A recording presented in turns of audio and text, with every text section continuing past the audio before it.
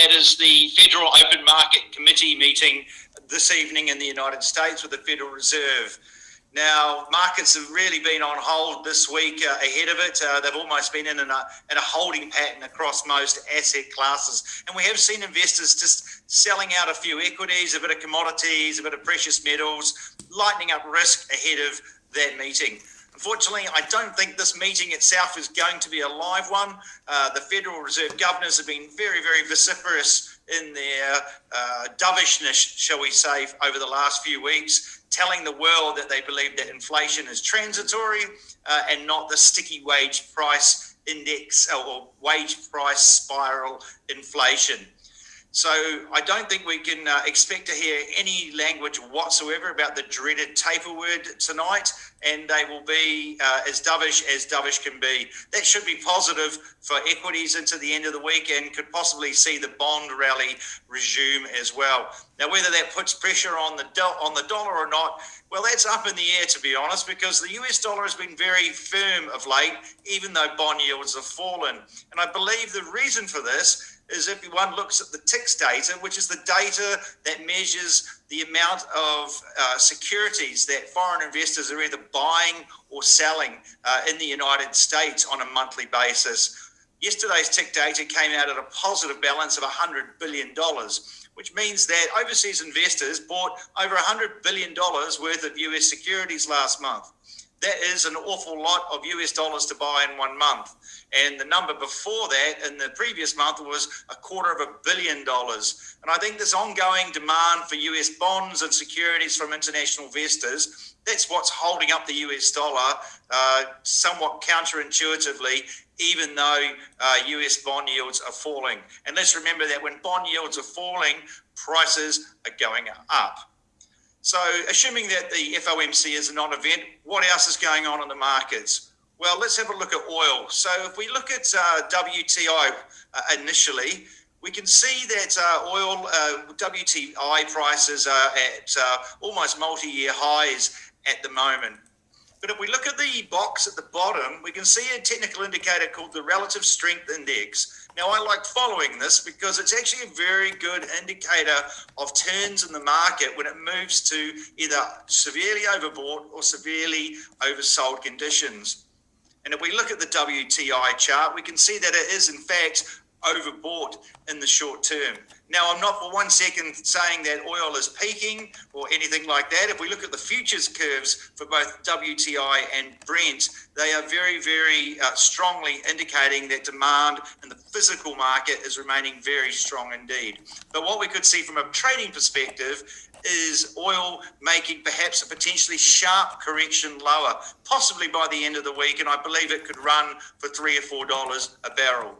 If we look at the Brent crude chart, well, we can see a similar setup there as well. The RSI is in overbought territory, and again, I can't emphasize enough, it is usually a very good indicator that a sharp correction is on the way. And let's be honest with ourselves, there is probably a lot of speculative long positioning in the market at the moment, and it's probably not got very deep pockets. We're seeing some other action in the commodity space as well. China has announced more commodity clampdowns today, and they're releasing commodities such as copper and aluminium from their strategic reserves to try and control prices. If we look at the copper chart, we can see it made a very interesting break earlier this week. It broke through 441.80 a pound. I'm in imperial measurements here. And that break does suggest that we could see more downside, almost as far as $4 a pound. And that one bears watching this week as China continues to try and control commodity prices. That's all for me, and I wish you a wonderful week ahead.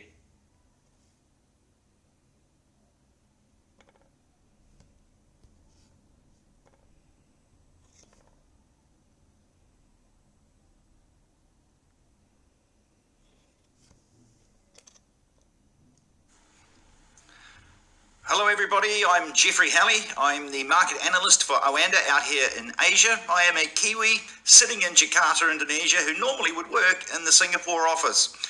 But these are strange times, and if it sounds confusing to you, imagine how myself and human resources feel about it. I've been asked to give you a quick roundup of what is coming up in the markets in the month ahead. And actually it is a very interesting month, but thankfully most of the data releases that we are going to get are front-loaded towards the start of the month. By the time that you watch this video, a few things may well have already happened that will be quite significant for markets. Firstly, tonight, and it is Friday the 28th of May at the moment, President Biden in the United States will have released his preliminary budget, where the Americans are looking to run a deficit of 1.8 trillion US dollars, and that is after the tax increases that they want to push through in 2022. That is an awful lot of money for the government to borrow, and I want you to keep that in mind as we go through this chat, because this all circles back to inflation and interest rates and their effects on the world. The month starts off with a huge deluge of a data point we call the Purchasing Manager Indexes for manufacturing and services. The simple way of looking at it is it's an indicator of the direction of travel for the economy. And we're seeing these releases coming out from Asia, from Europe, and from the United States in the first week. Above 50 means that the economy is expanding, happy days. Below 50 means that it's contracting, boo. So we're expecting most of those PMIs to outperform next week as the global recovery continues to gather pace. There is some uncertainty around Asia though, because ex-China, most of Asia is now grappling with new waves of COVID-19, and in some places such as Japan and particularly Malaysia, it is very, very serious. We're seeing lockdowns everywhere, and Singapore is also in a lockdown, which may have actually ended by the time you watch this video, but I rather suspect it's going to be extended. Sorry, my friends over in the Singapore office. Perhaps the week's or the month's data highlight will be Friday's non-farm payrolls. The first Friday of every month is always the US non-farm payrolls. It was a huge disappointment last month. It's around 200 and something thousand jobs, when everybody, including myself, was looking for the Americans to add over 1 million jobs. Now, there's been a lot of talk in the markets about inflation, and is inflation coming back after 20 years, and if it does come back, is it sticky wage price Venezuelan inflation, or is it transitory inflation caused by supply chain disruptions, which should drop out of the CPIs over the course of the next year? I'm still in the latter camp.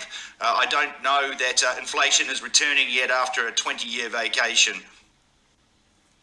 However, if those non-farm payrolls don't add 700 to 1 million jobs this month, those inflation worries are going to subside dramatically. And the effect that we're probably going to see is that US bond yields will fall, and US bond yields are so important because they are the benchmark interest rates for the entire world, ex-China. So indirectly or directly, if US interest rates go up, interest rates are probably going up everywhere except for Europe and China, and if US interest rates go down, vice versa.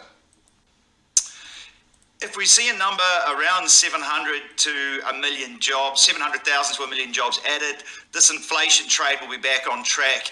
That could be quite negative for equities. Remember, we've been in a buy everything rally since March 2020. I call it that because you could have bought anything but the US dollar and made money over the course of the following 15 months.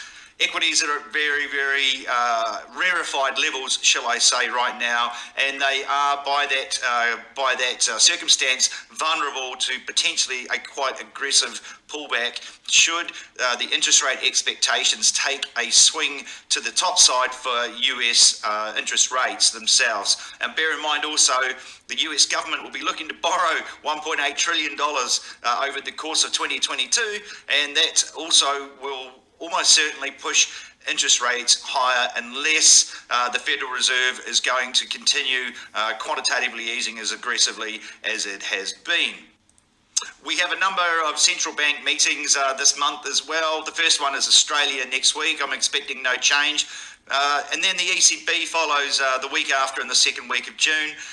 Again, not expecting any changes there, but they may start signalling that they're talking about tapering their quantitative easing program.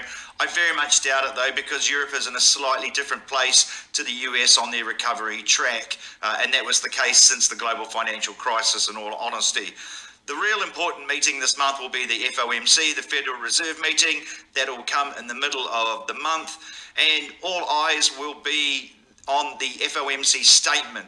I expect no change in interest rates and no change in their QE program. What we're looking to see is if the Federal Reserve is formally starting to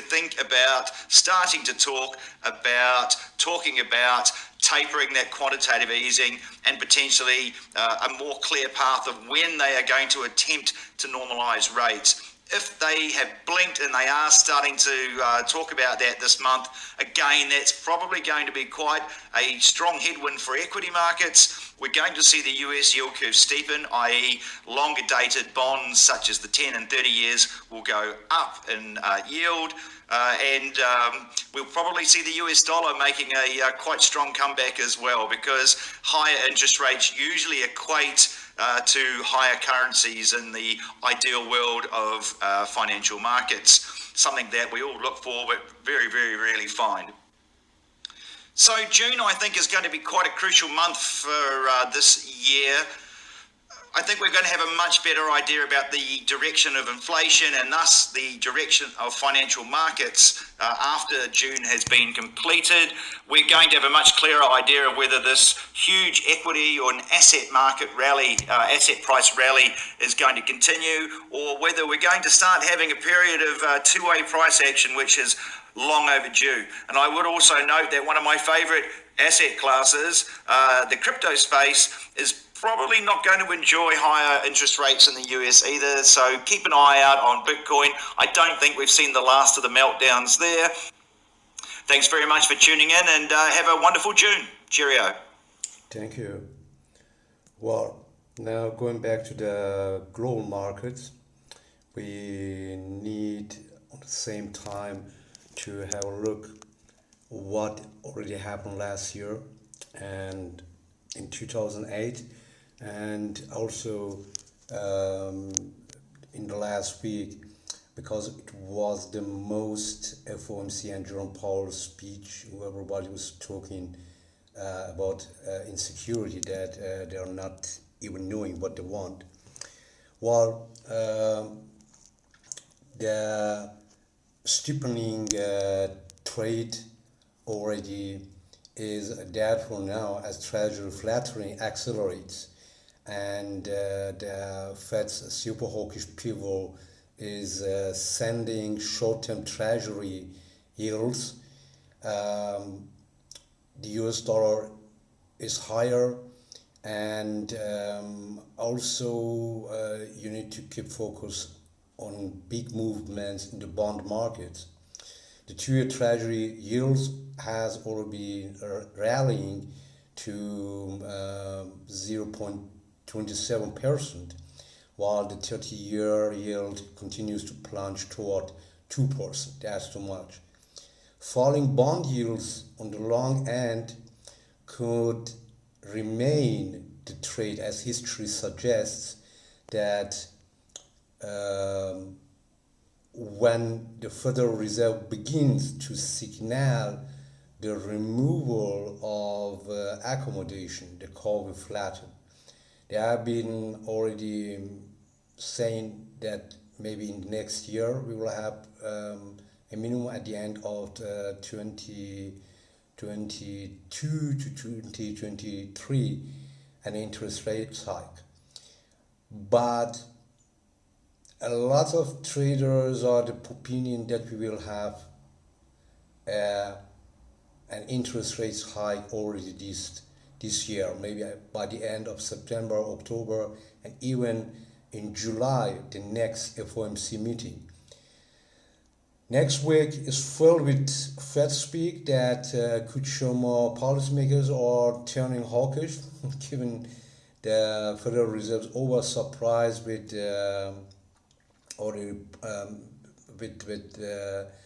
a lot of speculations.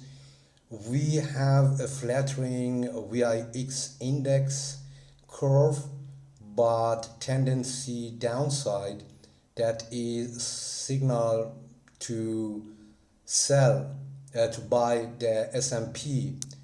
We had already that movement yesterday because of a correction. On the other side, in addition to getting clarity over the Federal Reserve's message, Wall Street will pay close attention to the road of rate decisions.